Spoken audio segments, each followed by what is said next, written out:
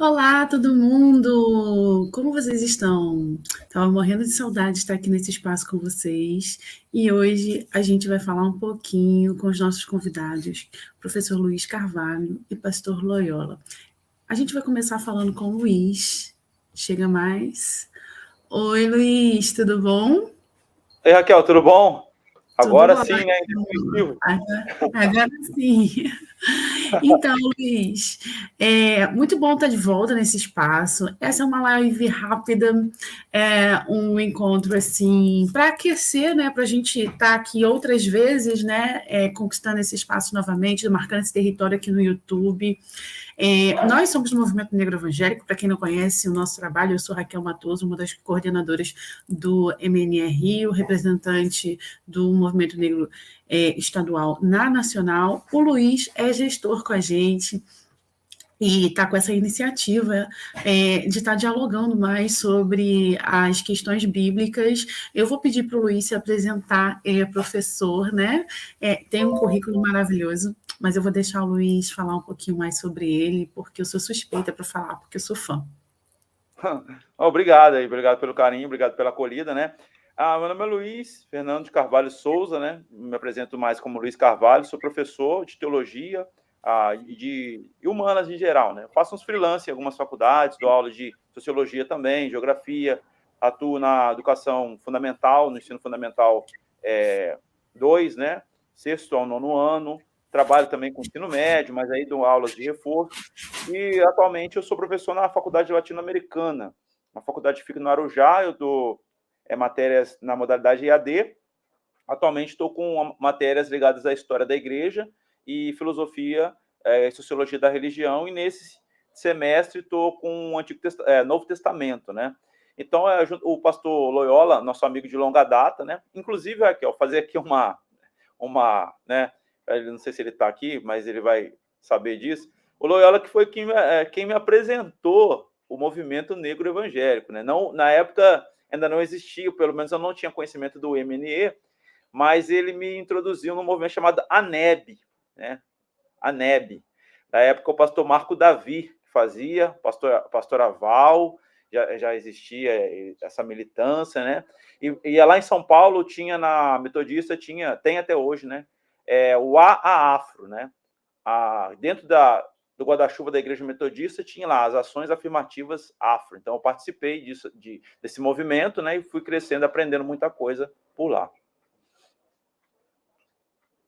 Abri aqui. Que maravilha.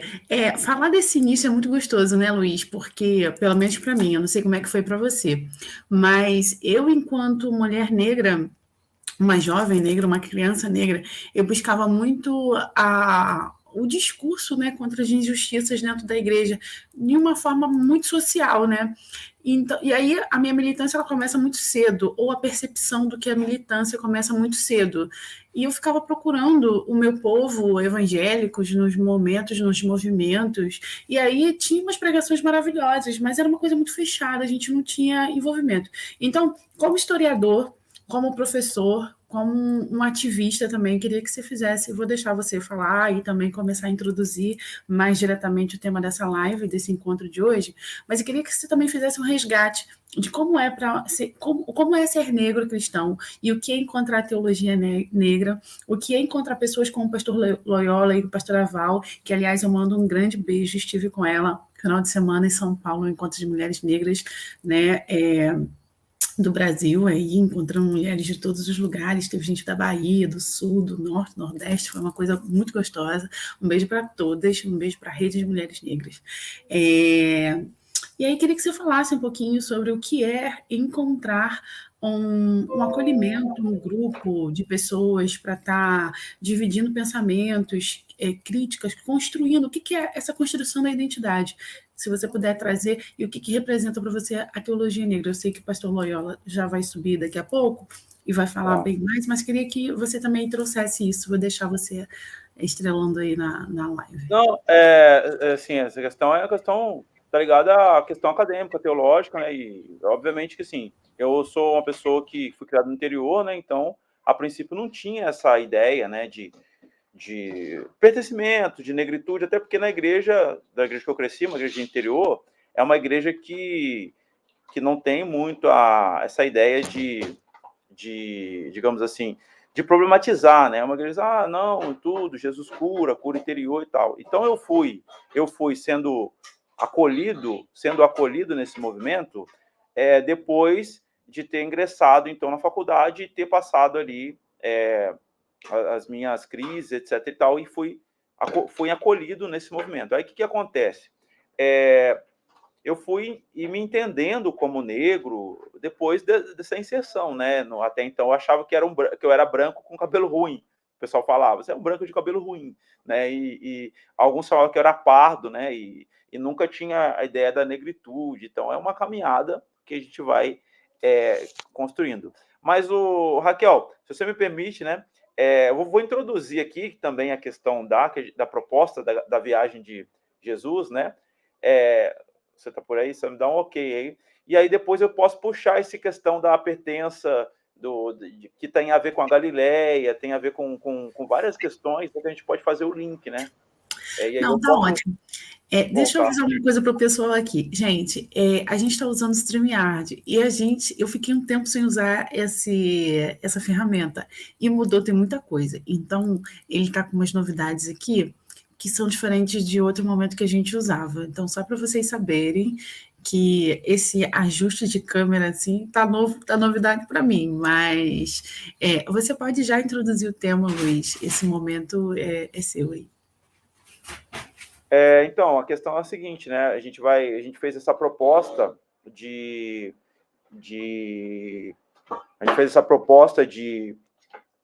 fazer essa live da Galileia a Jerusalém, com o intuito de trabalhar, então, essa questão do Jesus de Nazaré, né? Do Jesus histórico, de Jesus de Nazaré, e sua passagem até a crucificação, né? Então, o que vai acontecer nesse momento? O que vai acontecer nesse momento? Vai acontecer o seguinte, que a construção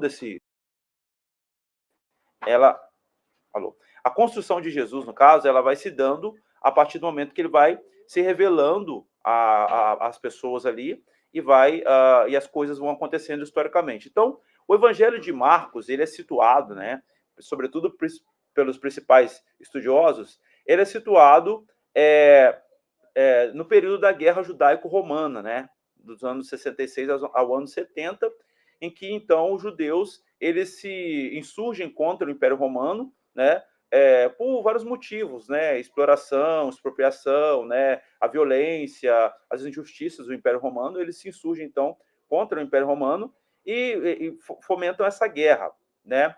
Alguns cristãos, há indícios que se envolveram, outros não. A historiografia oficial, né, o Joséfo e outros historiadores oficiais dizem que a maioria dos cristãos não se envolveu. Tanto é que o livro de Marcos, ele guarda, então, essa questão do silêncio, pelo menos num período ali, até o capítulo 8, sobre a manifestação do Messias. Então, não se data ele depois do ano 70, né, que é a queda de Jerusalém, por conta de várias comparações, de leituras comparadas em relação ao templo, né?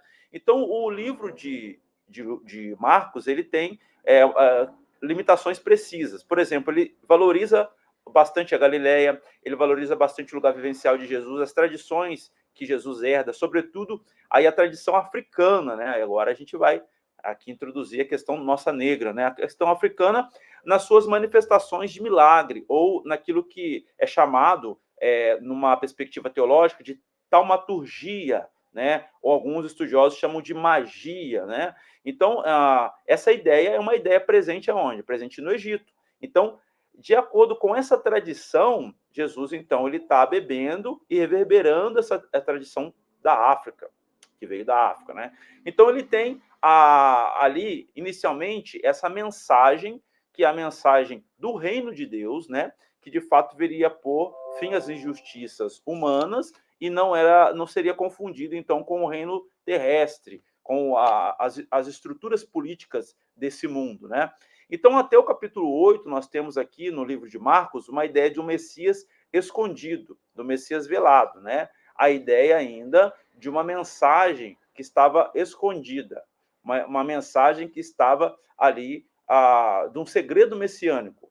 Então, ele tem, a princípio, o seu primeiro momento na Galileia, que tem também a ver com a nossa questão, tanto negra quanto questão, digamos assim, da militância, de questões da periferia, porque a Galileia era a periferia do sistema, né? Então, a princípio, ele vai focar nessas sinagogas, onde ele vai fazer os seus milagres, né, as curas e a irrupção do reino de Deus na história, né, a irrupção do reino de Deus na história, com curas, milagres, né, com a libertação dos oprimidos, e ele vai chamar, então, a atenção por ser alguém que não quer se evidenciar, né, alguém que está sempre na questão no anonimato. A princípio, esse é o pano de fundo. Por quê?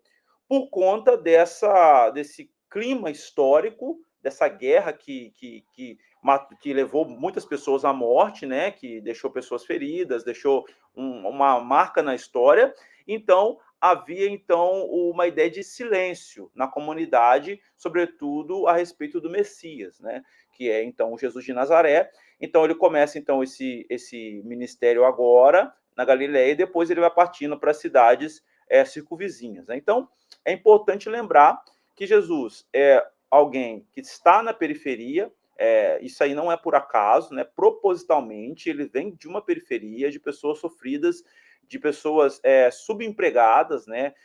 Um trabalho braçal, de exploração do trabalho, pessoas oprimidas com todas as sortes de males, sobretudo com impostos romanos e questões relacionadas à questão da dominação do poder romano, e ele, então, tem uma herança muito grande, sobretudo nesses sinais, obviamente, que os profetas já faziam, né? O Reino do Norte, Elias, Eliseu, até mesmo algumas apresentações, né? E algumas questões ligadas a Moisés, porém, Jesus de Nazaré, ele está, não podemos esquecer, embora o Evangelho de Marcos, ele não trate da infância de Jesus, tal qual o faz Mateus, falando da ida para o Egito, tal qual sinaliza Lucas, mas se você for buscar uma leitura comparada e fazer uma análise, ele está fazendo uma questão, uma interface ali, um diálogo com a questão da influência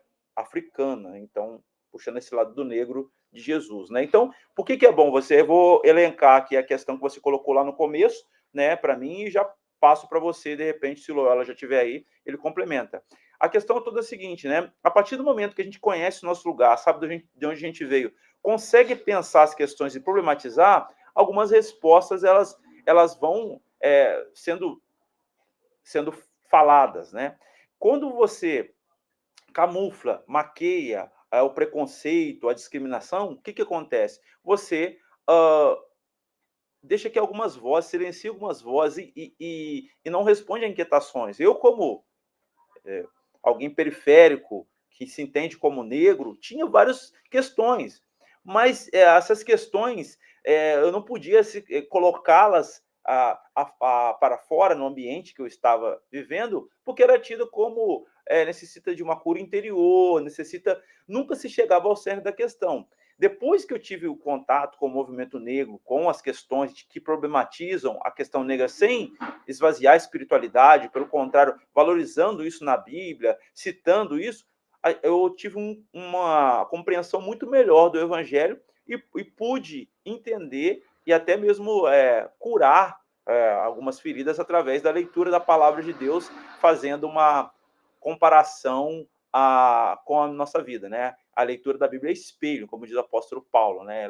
Ela reflete, ela nos reflete e reflete a palavra de Deus dentro de nós. 15 minutos aí certinho, Raquel, para não dizer que não sou pontual.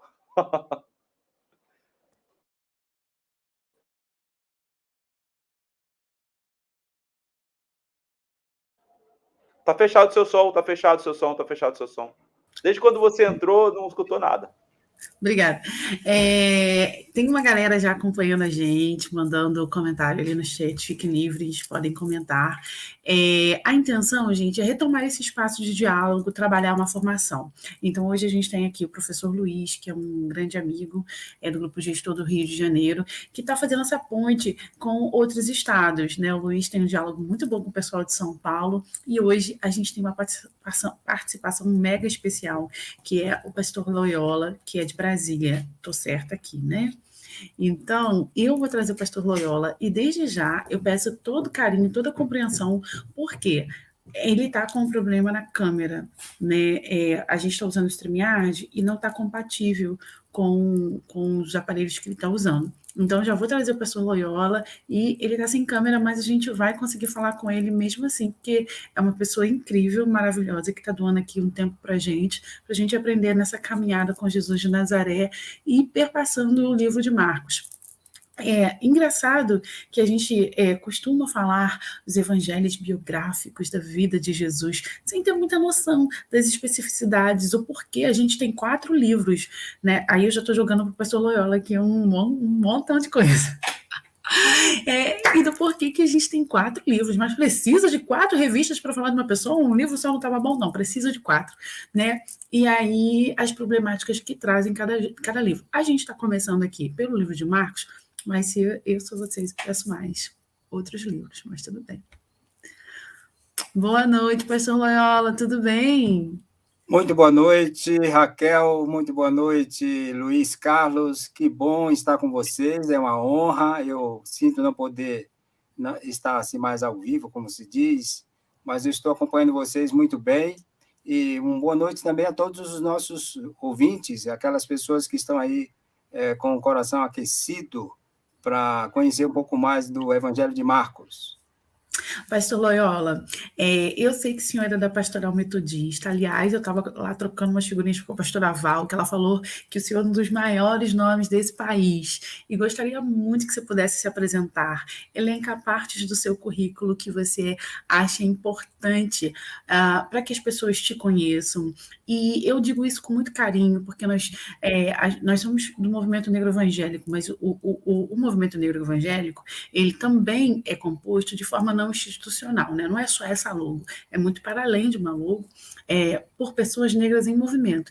E a gente tem aqueles que vieram muito antes de uma militância mais recente, aqueles que fazem há muitos anos, que constroem, que têm um currículo nessa área, promovendo a justiça no recorte de raça e gênero também dentro desse país. Então, gostaria muito que você pudesse contar um pouquinho da sua história, de onde o senhor vem, né? Falar um pouquinho da sua trajetória, que eu acho que isso é fundamental.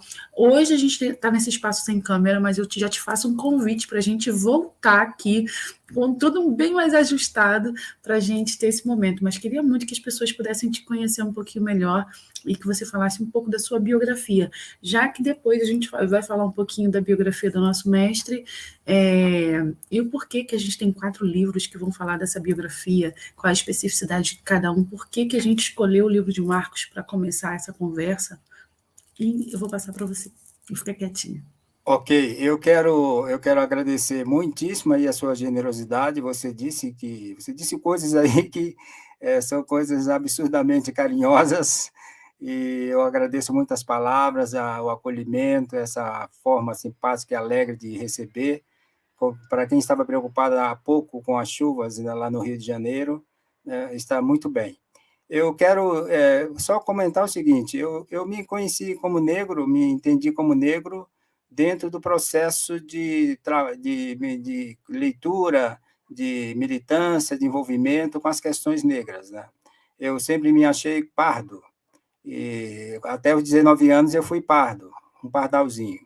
E eu tive que tirar novamente meu registro civil, registro de nascimento, e quando eu recebi o novo documento, eu estava como negro. Mas como assim? Eu era pardo, agora sou negro? Eu senti um estranhamento étnico interior, porque não me reconhecia negro. Que história é essa? Eu sou pardo, eu não sou negro, eu sou pardo.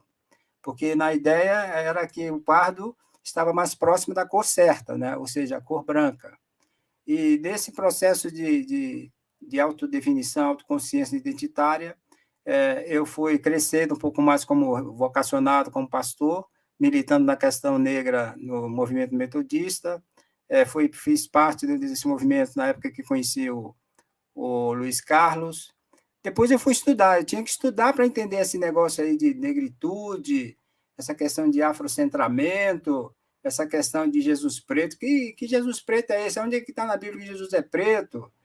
Então, fui buscar na teologia negra, fui buscar nos vários momentos de vivência acadêmica, de pesquisas e tal. Fiz um mestrado que escrevi, me debrucei sobre essa questão da relação dos imigrantes metodistas com os afro-brasileiros na região de Piracicaba, Santa Bárbara do Oeste, e a consciência foi se solidificando. Então, está muito claro para mim que a questão da negritude passa por uma questão de autoidentidade, né? de nossas origens, de onde a gente parte, e os nossos pares, o que a gente pretende, né? E o que a gente faz. Nesse sentido, eu fiz um mestrado em Ciência da Religião, fiz depois uma especialização em História da África e da cultura afro-brasileira, depois fiz também Ciências Sociais, uma graduação, fiz doutorado em Ciências Sociais, e atualmente eu estou trabalhando na pastoral metodista de combate ao racismo da 8ª Região. É um prazer estar trabalhando aqui nessa região, juntamente com a nossa bispa Ideide, e os demais companheiros que já fazem parte da nossa equipe de pastoral, 5 pessoas, e eu estou muito feliz e animado com essa nova retomada com essas questões. Agora, vamos entrar na Bíblia? Podemos sim, eu só quero dizer que o Luiz tem feito esse contato com outros estados, né? E que daqui por diante pode contar com a gente, com a MNE como um todo, a gente caminha junto aí com a pastoral. Aqui no Rio a gente tem uma relação com a pastoral metodista, né, de combate ao racismo, que é muito preciosa para a gente, né? Com a Fezinha e com toda a equipe que está com ela. Fezinha vai ser canonizada. Ela vai. Ela acabou de fazer aniversário, inclusive, a gente está muito feliz por mais um ciclo completo e outro que se renova. E o quanto vocês são queridos, né? Porque, por exemplo, aqui a pastoral já vai para uns 40 anos, né, de ativismo, de referência, e a gente teve um aprendizado, né, de caminhada que é super importante junto com a pastoral. Então, quero só agradecer vocês por estarem há tanto tempo cuidando desse espaço para nós, para que a gente hoje possa somar nessa caminhada. Então, sempre pode contar com a gente. E aí, vamos para o tema que a gente está super curioso. Então, últimas palavras, pensando na nossa Pastoral Nacional de Combate ao Racismo, lá de São Paulo, com a nossa querida coordenadora Juliana, IAD, né? E também a Val, aqui em Brasília. Estamos juntos, e que bom engrossar esse cordão juntamente com você aí, Raquel e Luiz. Luiz, você falou muito bem na sua primeira parte. Eu vou começar, Luiz, daquele ponto quando não havia Jesus, quando não havia cristianismo. Você lembra, como professor de filosofia, que antes de o cristianismo surgir, nós tínhamos alguns movimentos éticos, filosóficos, como o cinismo, o estoicismo, o epicurismo, o gnosticismo, o hedonismo. E o movimento do Nazareno é já uma preparação para o cristianismo que viria se institucionalizar depois, né?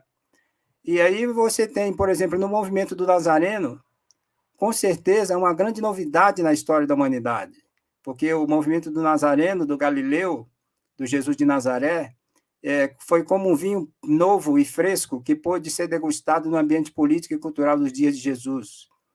Então, fazendo estradas com os próprios pés, Jesus trouxe novidades como, veja que coisa interessante, pela primeira vez, Jesus vai trazer a oração pelos inimigos. Jesus vai trazer pela primeira vez na história essa coisa de amar aqueles que nos perseguem. Jesus vai trazer também aquela questão ligada ao perdão, à prática do perdão.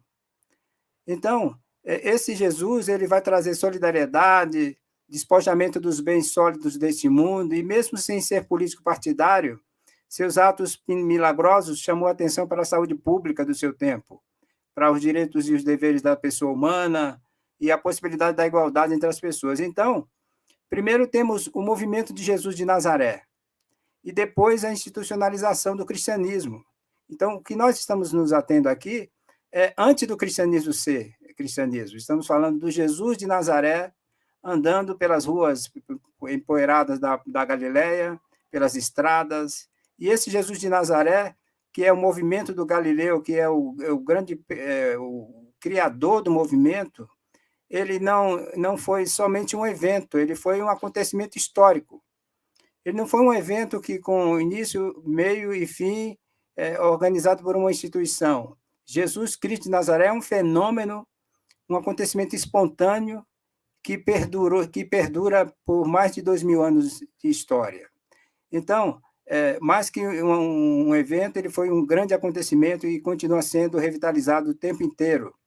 E foi a esse movimento que o Evangelho de Marcos se refere, ao dizer lá no capítulo 1, versículo 1, princípio do Evangelho de Jesus Cristo, Filho de Deus. O princípio. Então, nesse primeiro momento, é importante lembrar que o Evangelho de Jesus, ou seja, o movimento de Jesus, é anterior ao cristianismo organizado. Isso é muito importante. Nesse sentido, o Galileu é muito especial.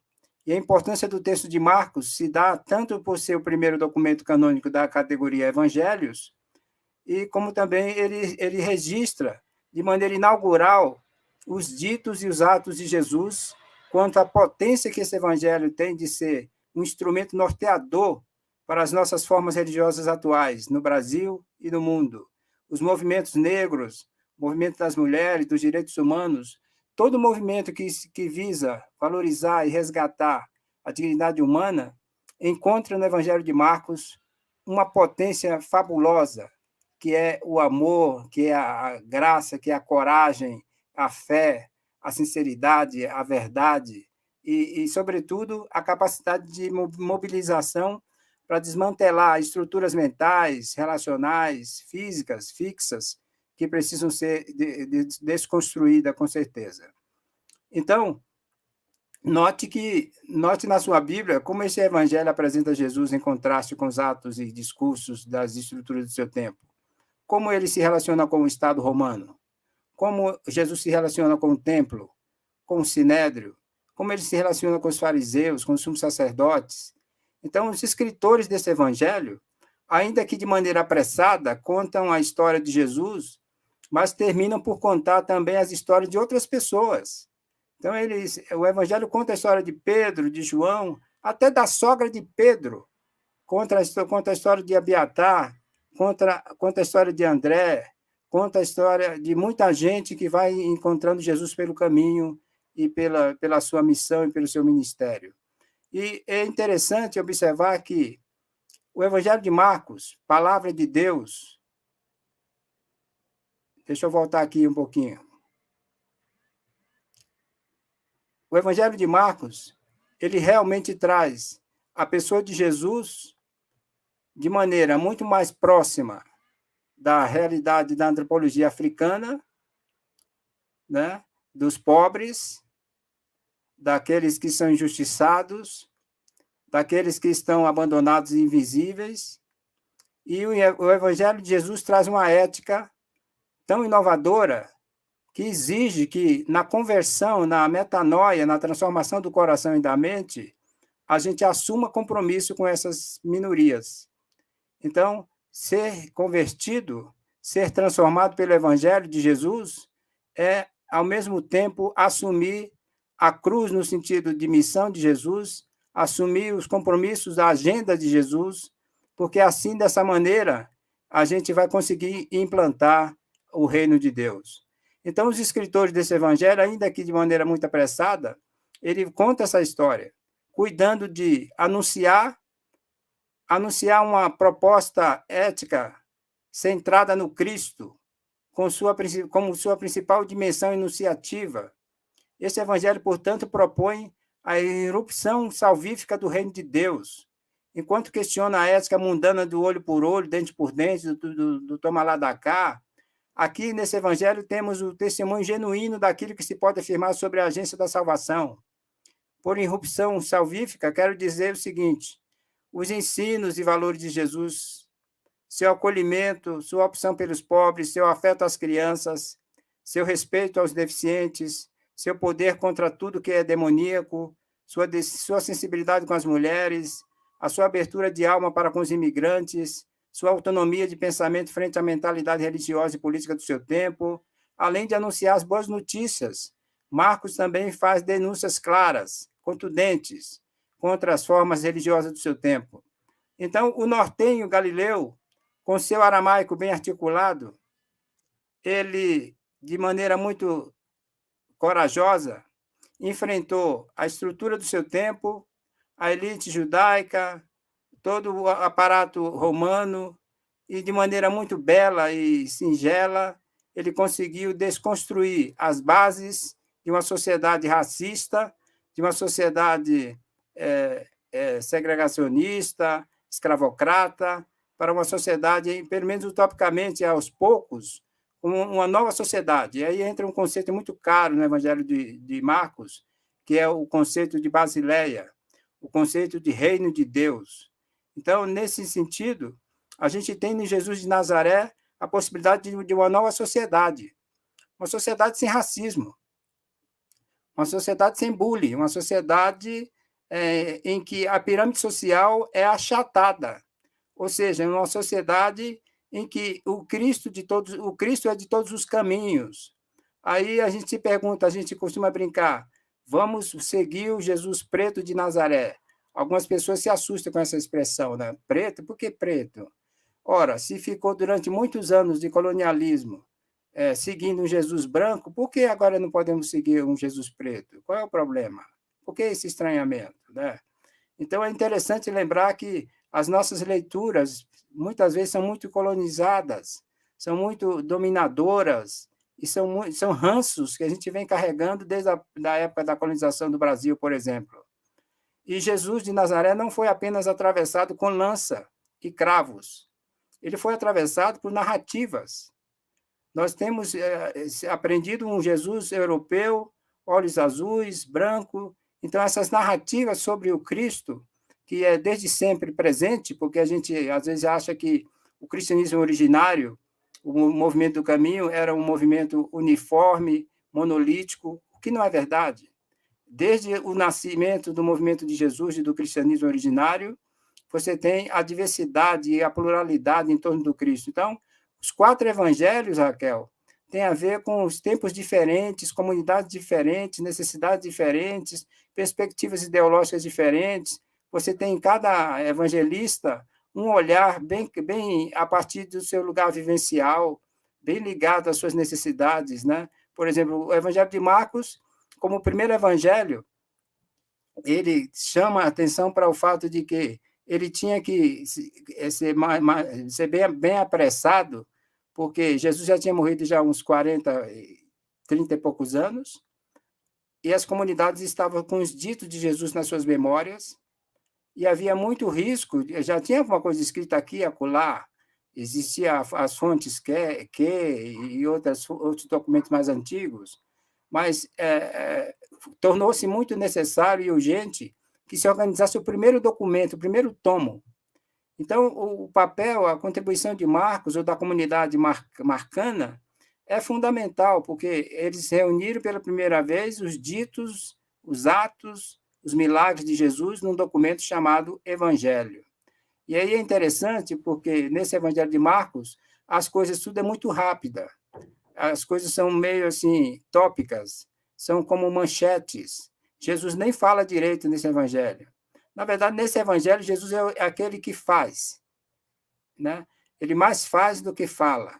Ele mais liberta endemoniados, cura enfermos, levanta paralítico, do que ensina. Mas há ensino também no evangelho. Mas é interessante observar essa característica urgente que há no evangelho, essa pressa que foi para redigir. Afinal, receber Jesus como Senhor e Salvador nesse evangelho implica se submeter ao senhorio de um tipo de governo no qual os valores são o amor, a justiça e a paz. Eu acho que nosso tempo já está esgotado, né, Raquel? Então, eu vou dar uma paradinha por aqui. Eu só queria chamar a atenção, se puder voltar, para alguns tópicos, alguns termos, conceitos chaves que aparecem no Evangelho de Marcos, no capítulo 1 e 2, que podem ser pontos de contato com a nossa contemporaneidade, que pode ser, por exemplo, termos reino de Deus, a questão do mal, a questão do outros termos que aparecem aqui, muitos, são a filiação de Jesus, a declaração implícita da deidade de Jesus, esse silêncio de não dizer abertamente que ele era o Filho de Deus, né? Mas é interessante que no Evangelho há implicitamente o tempo inteiro o testemunho de que ele era Filho de Deus.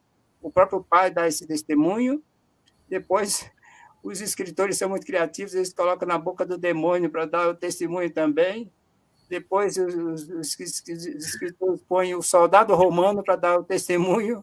Quer dizer, o tempo inteiro está se afirmando no Evangelho que Jesus é o Filho de Deus. Eu adoro essa parte, porque crente adora botar um demônio para falar. Oh, meu Deus! Mas olha só, foi só uma brincadeira, pastor. Não posso perder a piada, porque quem me conhece sabe que sou boba. Mas eu tô amando ver a participação do pessoal. A pastora Sandra Lins colocou aqui, muito bem pontuado, cada evangelho tem uma colocação vivencial de quem o escreve. Então, eu queria só fazer umas provocações. A ideia de hoje é ser uma coisa curta, objetiva e básica para que a gente possa voltar, porque essa live, gente, é da Galiléia a Jerusalém, uma caminhada com Jesus de Nazaré. Ou seja, falar dessa, eu já estou esticando o bonde, hein, gente? Aí ficou o problema para o Luiz e para o professor Loyola, para a gente voltar outras vezes aqui, porque uma caminhada é uma caminhada, né? Uma caminhada a gente para, toma um café, vai com calma. Então, já proponho aqui a gente voltar aqui para continuar caminhando com calma e falando de coisas tão gostosas como a gente está falando hoje. Mas eu estou me lembrando aqui, pastor, e aí eu não sei se você ou o Luiz, mas eu preferia que você pudesse, de repente, dar conta da problemática, que são 2 pontos que eu destaco, que eu observei na sua exposição, mas que a gente pode pensar assim, olha, eu me lembro sempre que era problemático nas pregações, eu venho de tradição assembleiana, essas igrejas que derivam da Assembleia, mas não são exatamente Assembleia. Acho que no final dá no mesmo. São pentecostais. Hoje estou batista, por uma questão de adequação política. E é isso mesmo. Lá com o pastor Marco Davi e tal, na NIB, no Rio de Janeiro. Mas nas pregações, principalmente pentecostais, se destaca o caráter do livro de Marcos, não ser assim um livro, não ser uma prioridade. E aí você falou assim, a escola de Marcos, ou o grupo, acho que você se referiu ao grupo de Marcos, dos que o acompanhavam, porque tem isso, né? Não necessariamente foi Marcos quem colocou tudo. E se não foi Marcos quem colocou tudo, quem colocou? Por que colocou? Por que todo mundo privilegia o evangelho de João e de Mateus e deixa Lucas e Marcos para depois? Se o Marcos tem essa característica que você pontuou, de ser um dos evangelhos, onde o recorte social, a emergência do agora, ele está tão presente, por que a igreja descarta? E aí eu venho de tradição pentecostal e eu observo muito isso, que Marcos não é uma prioridade. Marcos não é uma prioridade para a gente. Quem é a prioridade é João, por causa de ser uma referência na evangelização. Uma outra questão que você colocou também é de expulsar demônios, e aí quando você falou, botou o diabo para falar, nossa, que gatilho, porque eu lembrei de muita coisa mesmo, do povo, dá testemunha aí, só faltava pegar o CPF do demônio. Gente, mas era uma coisa. Então, a gente tem essa necessidade mesmo de pôr o demônio para falar. Como é que você vê isso? Quais as implicações? Eu trago essas 2 questões para vocês, e aí depois disso, se o pessoal não tiver nenhuma pergunta, a gente pode encaminhar para encerrar e a gente pode marcar uma data para voltar. Deixo aqui o convite.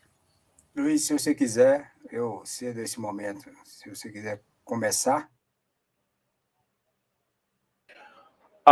Então, na verdade, são muitas coisas, né? Muitas provocações. Então, vamos por partes, né? Por que a igreja privilegia outros evangelhos, sobretudo João e Mateus, e não Marcos e Lucas, né? Eu acredito que justamente são esses dois evangelhos que trazem Jesus como um Messias profeta, né? O ex-bispo, né, bispo emérito, né, da igreja, ex-bispo, o Paulo Lockman, ele tem uma tese de doutorado dele que chama o Interlucano, né? A marcha de Jesus, o Messias profeta.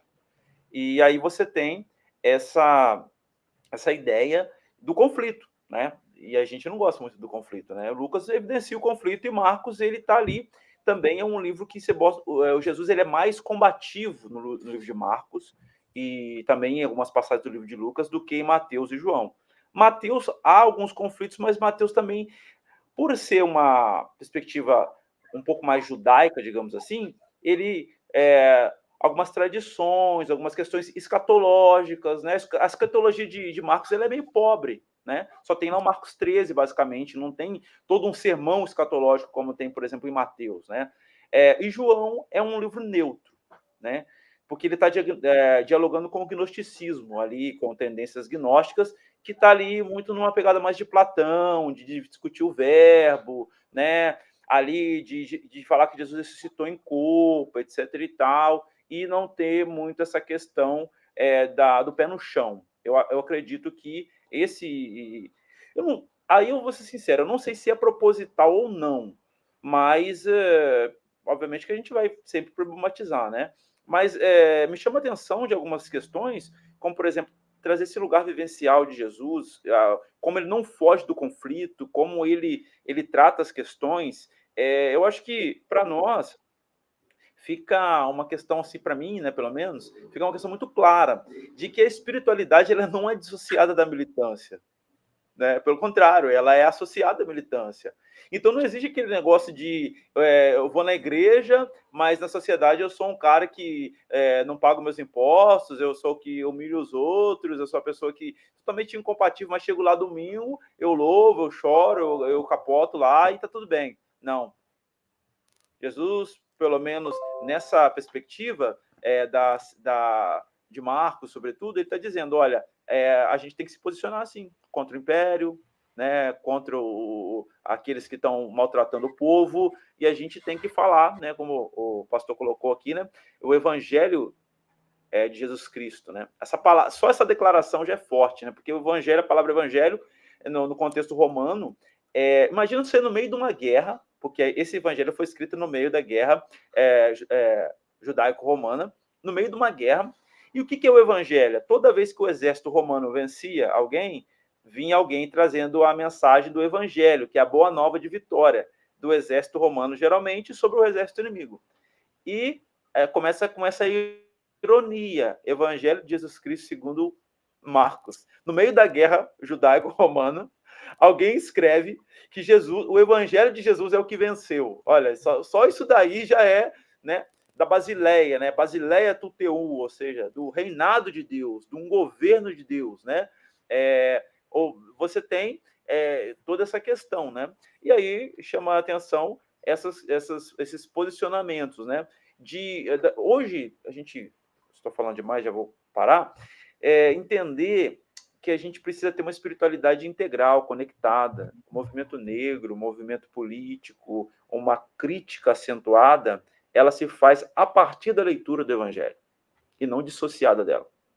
Então, esse sentimento que o MNE, a Frente e outros grupos trazem para a gente, esse pertencimento, eles nos ajudam, na minha visão, a fortalecer a nossa espiritualidade, dizendo, olha, Jesus também fez isso. Né? E nós temos que encontrar esses lugares de refúgio para a gente poder fazer esse diálogo, poder fazer essa crítica e esses apontamentos, né?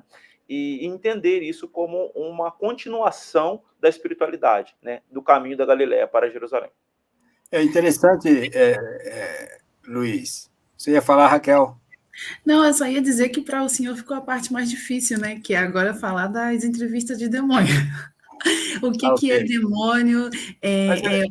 se demônio é uma outra coisa, se o evangelho de Marcos, ou se os evangelhos em algum momento nos põem para militar contra o demônio ou contra as questões sociais, o que é esse inimigo que todo momento está na Bíblia, um inimigo, aí, e como que isso nos afeta na questão racial.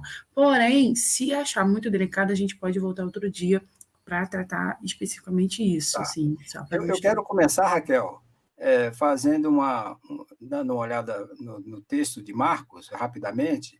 Quando você olha o primeiro capítulo e o segundo capítulo, que são os primeiros passos que nós estamos dando nessa live, a gente percebe o seguinte, uma lista de pessoas interessantes. Simão, André, Jesus, Zebedeu, Tiago, João, Pedro, Moisés, que é citado, João o Batista, Davi também, que é citado, Abiatar, que é um sumo sacerdote. Então, o estudo dessas pessoas já vão entregar para a gente o lugar social delas naquela sociedade. Por exemplo, a gente encontra pescadores que são parte dos discípulos de Jesus. Zebedeu era um dono era um empreendedor, digamos assim. Ele tinha os empregados e alguns discípulos eram empregados do Zebedeu, e os filhos também dele. Nós temos os escribas, que faziam parte de uma classe social já abastada. Nós temos os publicanos, que eram cobradores de taxas, né? Tinha os coletores de impostos e tinha os cobradores de taxas. Esses publicanos eram mais odiados pela população. Nós temos o sumo sacerdote, que representa aqui a religião. Então, nessa lista que aparece no Evangelho, aí no capítulo 1, a gente já percebe que está imbricada a questão da religião com o social, com o econômico, status social, com o que o sujeito crê, o que o sujeito pensa em termos de fé. E aí, se a gente for avançando, a gente vai perceber que o Evangelho, no capítulo 2, ele vai mostrar situações tanto no 1 e no 2, muitas pessoas são curadas, né? Nós temos aqui, no 1 e no 2, aparece aqui algumas doenças como febre, paralisia, hanseníase, e uma série de outras doenças que não são tipificadas. E a gente percebe também que, na andança de Jesus na Galileia, na região da Galileia, ele visita cidades, aldeias, ele fala em lugares inóspitos, ele até se detém na orla marítima, entra em casas. Então, ele faz um trabalho de maneira espontânea, e em todos esses locais que ele vai chegando, ele vai encontrando um tipo de doente muito peculiar em Marcos, que é os endemoniados. Agora, há um aviso muito importante a ser dado para quem quer continuar essa trilha atrás de Jesus pelas estradas da Galileia. É que entender em que terreno você está caminhando. Você está caminhando na parte norte da Palestina, é uma região que tem várias camadas de história, onde a noção do diabo, a noção do mal, ela foi evoluindo ao longo de muitos séculos, de muitos milênios, desde a época dos hebreus até a época do exílio, do cativeiro desses hebreus e o exílio, a noção de mal modificou muito. Demônios nem sempre existiram, né? Na concepção dos próprios hebreus em si. Quando você vê no Antigo Testamento, o próprio Deus era entendido, de certa forma, como aquele que fazia tanto o bem quanto o mal. E a gente vai perceber que, quando os hebreus eles são cativos na Babilônia, ficam 70 anos lá, eles têm acesso, pela religião persa, pela religião assíria, outras noções de diabo, outras noções de mal, que vão se misturando nesse imaginário e vão surgir os demoninhos. Os demoninhos vão surgir nessa mistura, nessa celeuma de culturas, de caldos culturais, de entendimento sobre o mal, já que no Antigo Testamento, da Bíblia, a ideia era que Deus fazia o bem e o mal, e até os milagres de Moisés diante de Faraó, que foram feitos em contrapartida à atuação dos feiticeiros ou magos lá do Egito, né? Então, veja, naquela narrativa daquele período, havia a ideia de que as moscas que vieram, os gafanhotos, os piolhos, as mortes que vieram sobre o povo egípcio, vieram de onde? De Deus. Então, tinha essa concepção de que Deus fazia o bem e fazia o mal. Mas isso foi se modificando de tal maneira que quando Jó aparece lá, ele mostra que já está começando a separar. O mal é, no máximo, aí um mensageiro, um tipo de carteiro de Deus, né? Você está passeando assim, o que você viu? Você viu meu servo Jó? Então, o diabo faz aquela interlocução. Ali, o diabo já está ficando mais responsável pelo departamento da maldade só, né? Aí, na sequência, quando você passa pelo processo histórico de cativeiro, zoroastrismo, é uma história muito longa, muitas camadas. Aí você vai ter a finalização de que o mal, quem faz é o diabo, é o Satã. Aliás, essa figura do Satã, que surge no Antigo Testamento também, ela nem sempre foi exatamente um mal personificado. Ela poderia ser uma pessoa que estivesse impedindo alguém de fazer algo. Satã quer dizer oposição, impedir. Só que hoje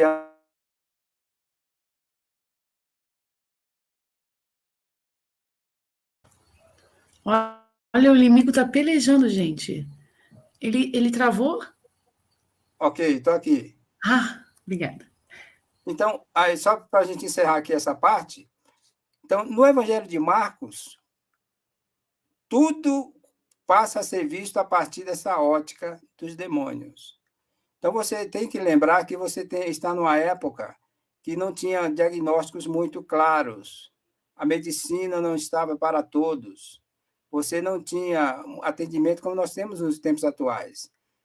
Um problema de cegueira era um demônio da cegueira. Um problema da perna, da paralisia, era o demônio da paralisia. De certa forma, muitos movimentos neopentecostais têm buscado essas noções antigas, né, trazidas para os tempos presentes, porque isso vende muito produto, né? Isso dá muito ibope. Porque, na verdade, o que a gente vê no Evangelho de Marcos é que o Messias, o Cristo, ele é superior ao diabo. Jesus não dava palco para o diabo conversar, bater papo. Jesus não entrevistava. Então, no Evangelho, você vê simplesmente o diabo vê Jesus chegando e ele diz assim: que temos nós contigo? Não tem nada a ver, realmente, o diabo com Jesus, né? Que temos nós contigo, filho de Deus? Vieste nos atormentar antes do tempo? Então, você percebe que o Messias é apresentado muito superior ao mal. E a relação que Jesus desenvolve com o mal é de mandar embora, de sair, não de ficar batendo papo, de conversar, né? E de manipular aquela situação. Então, é interessante que no Evangelho de Marcos, o mal não é somente os demônios, né? Mas o mal está na estrutura que oprime o povo, o pobre. Está na estrutura que nega espaço de dignidade das mulheres, das crianças, dos idosos, dos pobres em geral. Então, o mal está, por exemplo, no legalismo judaico. Isso é o mal, isso é iniquidade, isso é demoníaco.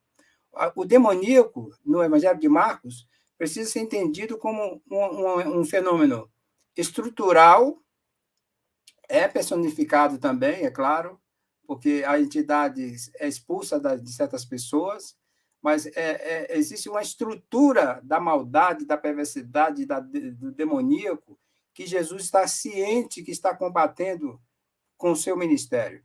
Então, essa provocação assim de eu estou trazendo um novo reino, é o mesmo que dizer o que temos não presta, o que temos não serve para nada. Então, quando Jesus diz que para uma sociedade excludente, que no reino de Deus, os aleijados, né, vamos dizer, por exemplo, aqui, os deficientes em geral. Veja só, estamos falando de deficientes no Evangelho de Marcos, gente. Paralíticos, coxos, mancos, cegos, e são muitas pessoas mão ressecada. Quer dizer, você percebe naquela sociedade como é que era a política de tratamento do deficiente. Quer dizer, agora, veja, se quem não avançar na leitura e no estudo do Evangelho, vai continuar dizendo que as pessoas que são deficientes hoje têm algum demônio na perna, tem algum demônio no olho, tem algum demônio... E por incrível que pareça, ainda existem essas mentalidades aí primitivas de associar um defeito, uma deficiência, vamos dizer assim, do braço de um membro do corpo, a uma ação demoníaca. Como também há aquela ideia muito clara de que que se acontecer alguma coisa de mal, se acontecer alguma doença, um câncer, foi Deus que mandou para provar. Deus está provando, Deus é um pedagogo muito assim sensível, né? Ele manda nódulos, manda problema na hipófise, no estômago, para ensinar o sujeito uma teologia, né? Quer dizer, esse Deus do Antigo Testamento lá de Moisés, que mandava as pragas, é o mesmo Deus que é buscado. Então, qual a importância do Evangelho de Marcos? É que Jesus é a mais perfeita expressão de Deus na Terra. Ele é, em si, o conceito elaborado e refinado da noção de Deus mais pura, mais perfeita, porque é um Deus encarnado. É um Deus cuja espiritualidade, que dá glória a Deus no templo, é aquela mesma espiritualidade que está atendendo os mendigos, atendendo os doentes, que vai a Betesda e por aí afora, e que expulsa demônios, né? Então, essa noção do mal, Raquel, eu quero finalizar só com uma provocação. Essa noção do mal está tão enraizada nas pessoas que até nós que nos propomos a fazer leituras mais críticas, mais cuidadosas, a gente precisa tomar cuidado com certos estereótipos que a gente pode estar carregando na inconsciência, né? Por exemplo, vocês já ouviram algum testemunho numa dessas igrejas, em nossas igrejas em geral, não só das pentecostais, neopentecostais, históricas e tudo mais, algum testemunho dizendo que a pessoa teve um pesadelo com o diabo, com o demônio, e ele apareceu branco com os olhos azuis? Não, alguém já teve essa experiência? Eu tô ansioso para encontrar um caso, pelo menos.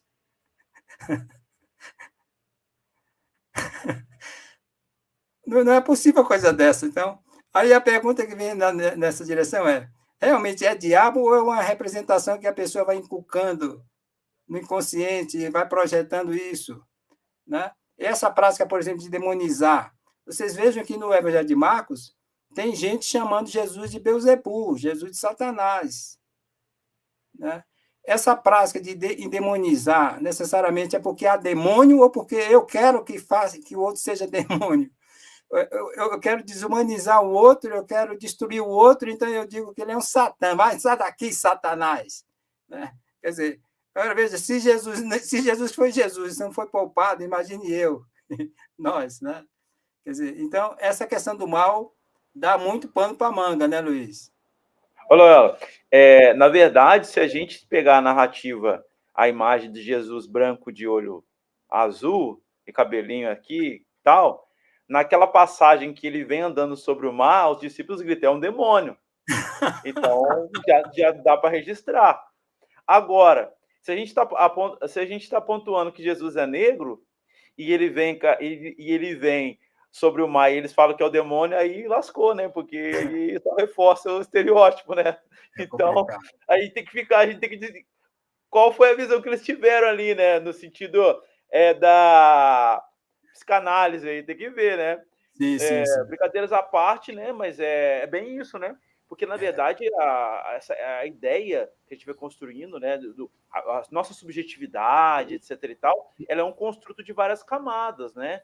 Então, a gente vive uma sociedade escravista, né, que foi o Brasil escravista, escravocrata durante muitos anos, que demoniza as religiões de matriz africana, que tudo que tem a ver do negro é feio, né? O cabelo do negro grande é feio, né? A roupa do negro colorida é feia, a dança do negro é feia, a comida do negro não é. E aí, né, como diz o Fanon, né, para entornar o caldo, foi atender o paciente, tudo que é ligado ao mal do subconsciente dele, o tronco negro, o cachorro é negro, quer dizer, então é isso, né?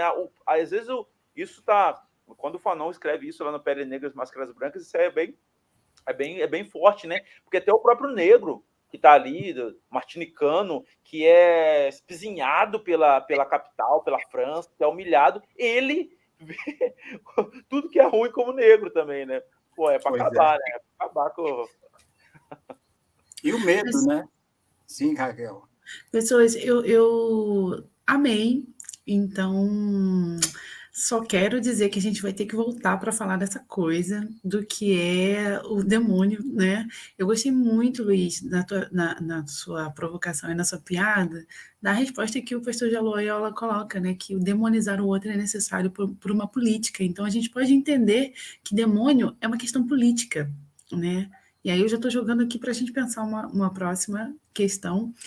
E queria ver se a gente. Eu vou pedir ao Cláudio para transportar esse momento aqui para um podcast, de repente no Spotify, consegue absorver melhor, tá, Pastor Loyola? Então não se preocupe, eu vou conversar com ele.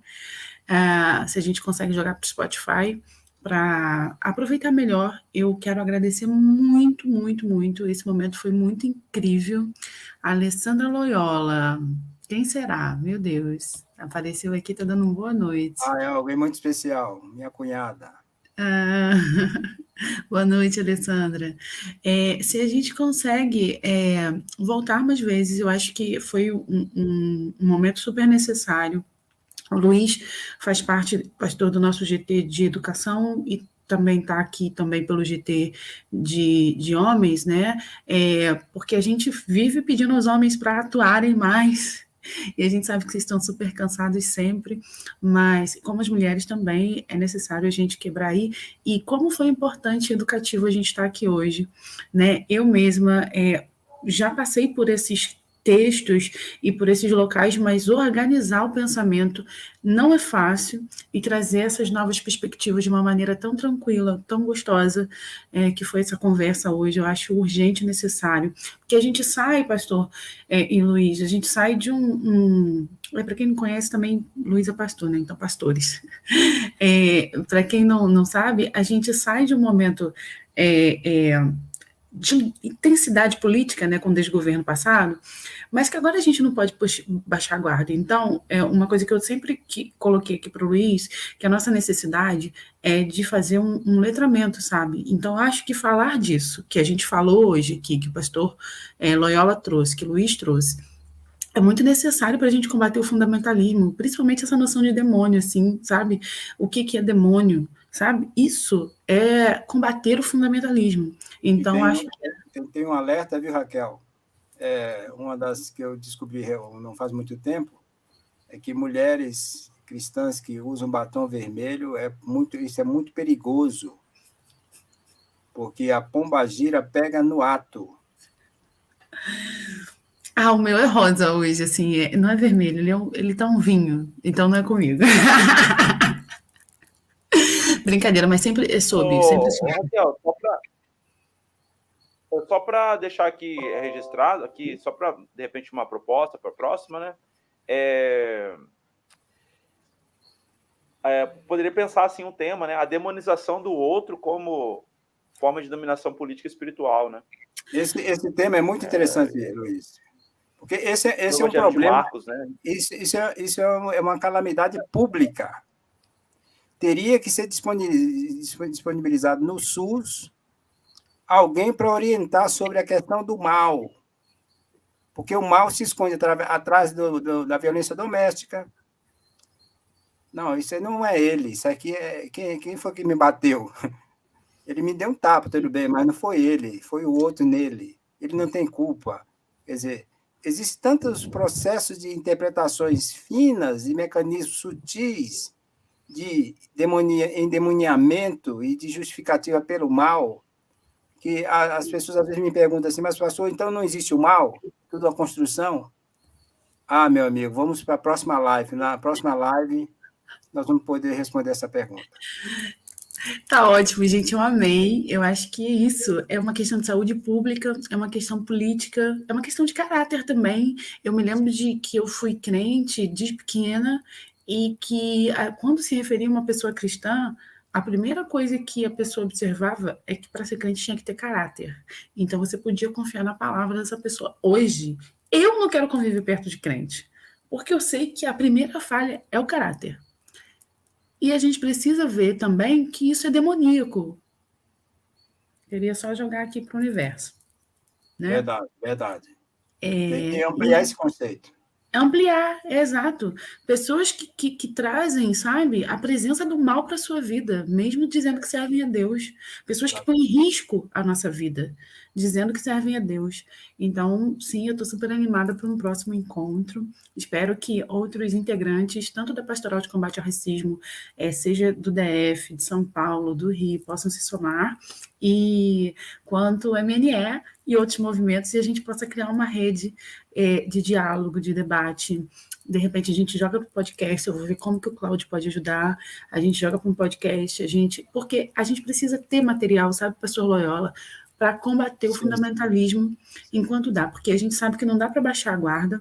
Não. Que tem É algo assim muito interessante, que é o seguinte: se você quer trabalhar com mulheres de periferia, se você quer trabalhar a questão da violência doméstica, se você quer trabalhar com as pessoas que estão dentro da religião e que, ao mesmo tempo, são algozes e vítimas, você precisa trabalhar isso a partir da leitura bíblica.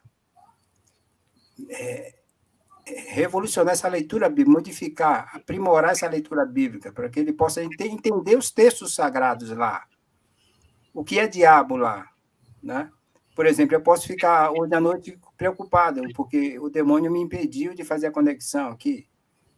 Eu vou ter que exorcizar aqui minhas configurações para poder resolver na próxima live. Quer dizer, essa paranoia e essa exacerbação do mal é um problema de saúde, né? Sim, e já que você tocou nesse ponto aqui algumas vezes, ontem a Lei Maria da Penha fez 17 anos, a gente sabe da urgência dessa lei, a gente sabe que as mulheres que mais sofrem são as mulheres negras, mas que todas as mulheres que são vítimas merecem o nosso olhar, vítimas da violência. Então o MNR faz parte de uma campanha que é contra o feminicídio, transfeminicídio, e translesbofeminicídio, que são pessoas transexuais e lésbicas sendo assassinadas. E aí entra racismo, entra homofobia, entra a violência na sua forma mais dura e crua, porque o número de homens que consomem prostituição ou que se relacionam com mulheres de todas as categorias, e transexuais e sexuais, e depois violentam, é absurdo. O número de violência contra a mulher tem aumentado muito, a mulher tem sido banalizada a cada momento, e aí a gente vai voltar para tocar nesse assunto, nessa caminhada aqui no Evangelho de Marcos, e com os homens, porque eu não abro mão de falar sobre violência contra a mulher ao lado de homens, porque quem tem que falar sobre violência contra a mulher são os homens, porque eles são quem originam essa violência. Nós somos as vítimas, e aí no lugar de quem sofre a violência, a gente quer estar no diálogo, mas os homens precisam se mexer contra a violência contra a mulher, sabe, contra as violências praticadas pelos homens, entendendo que o machismo, né, ataca os homens, seja ele heterocis branco, seja ele heterocis negro, né, faz mal, é um câncer, mata a igreja. A igreja é uma noiva, pelo menos foi assim que eu aprendi, hein, gente? I am sorry. Pode ser que esteja errada, né? E pode ser que ela nem tenha gênero, né? Mas é a noiva do Cordeiro. E ela está sendo agredida. Então, fica aí aqui o telefone do Disque Mulher, eu acho que esse aqui é via Rio, mas tem também o Cedim RJ, tem o Maria da Penha Virtual. Tu é crente, mulher? Tá tomando violência em casa? Denuncia esse homem, vai para a delegacia, denuncia esse homem. Se o pastor te dizer para esconder, denuncia o pastor também, denuncia a igreja toda também. Se ninguém te acolher, denuncia todo mundo também.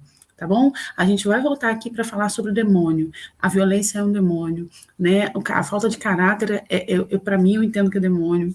E a gente vai voltar para falar nisso, mas eu não podia deixar, já que o pastor Loyola deixou a bola aí quicando, dou-lhe um bico, né? A gente vai voltar aqui para falar sobre violência contra a mulher, a gente vai voltar aqui para continuar falando dessa caminhada de Jesus que vai da Galiléia a Jerusalém, da vida do Nazareno, desses evangelhos que são biográficos, chamados de biográficos, e a pastora Sandra está colocando aqui, ó, diz que 180, é isso mesmo, vou ligar para um 80, para crentes também. E violências em todas as suas formas agridem o evangelho. É tudo contra o que o Cordeiro pregou. A gente vai voltar, né? Eu espero que daqui uns 15 dias, mais ou menos, a gente possa voltar no máximo, tá, Luiz? Pensa nisso aí, tá bom, pastor Loyola? Se puder dar uma olhada na sua agenda. Ok. E a Lembrando gente... que nessa caminhada, Raquel, que a gente pretende continuar fazendo para a Galileia, com Jesus, se você puder trazer odres novos, roupas novas, é bem melhor a caminhada. Mas se não tiver, pode vir do jeito que você tiver. Ele te aceita também. Amém, amém.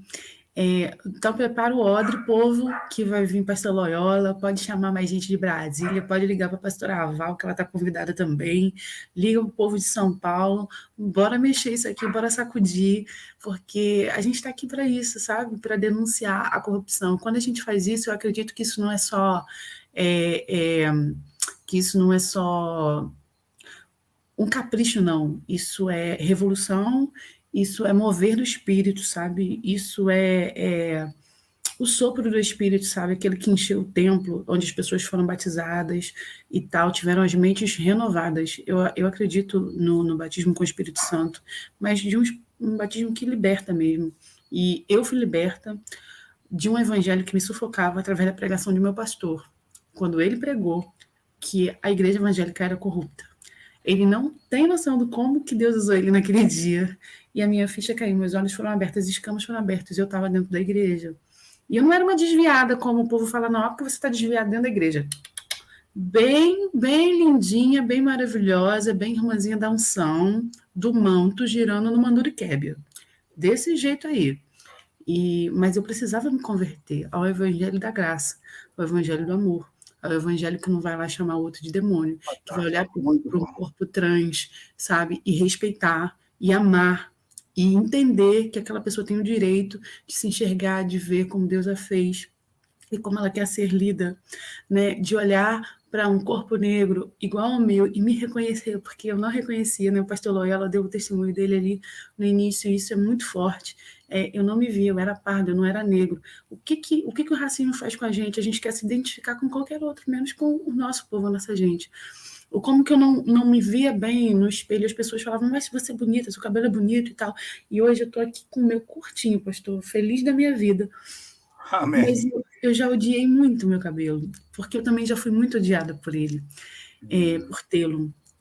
Então, que Deus possa nos trazer restauração e que a gente possa começar a entender os processos.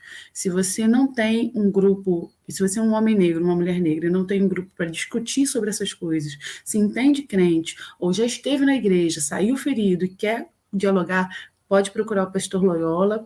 Eu vou achar o arroba dele aqui, boto depois aí na descrição do vídeo para vocês.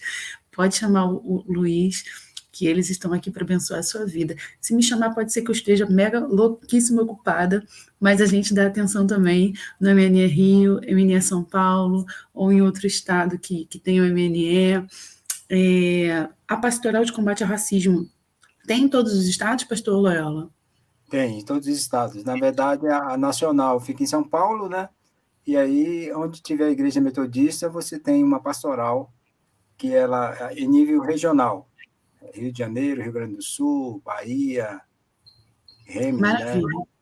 Mas se você vivenciar algum caso de racismo ou se entender que num processo de descoberta da sua identidade, pode entrar em contato com uma pastoral da Metodista de Combate ao Racismo. Mesmo que você não seja um crente da Metodista, entre em contato com eles, que eles são super acolhedores. Então, a gente está aqui para isso, para te ouvir. Isso mesmo, Raquel, isso mesmo. Eu tenho certeza que na sua comunidade também, na do Luiz, ou seja, essa comunidade aqui, entre nós três, aqui já é um experimento disso, né? Do acolhimento. Foi um prazer muito grande, viu, Luiz? Te ver assim mais perto, ver você pensando e falando, né? Muito bom. Conhecer você, Raquel, foi uma experiência maravilhosa. Deus te abençoe muito. Eu só tenho a agradecer, pastor Loyola. Então é isso, pessoal. A gente vai encerrando por aqui. Agradeço a companhia, que você possa ser abençoado durante essa semana e refletir e pensar sobre as suas construções teológicas, daquela teologia nossa que a gente faz todo dia. Um beijo grande e até já. A gente volta, hein? Beijo.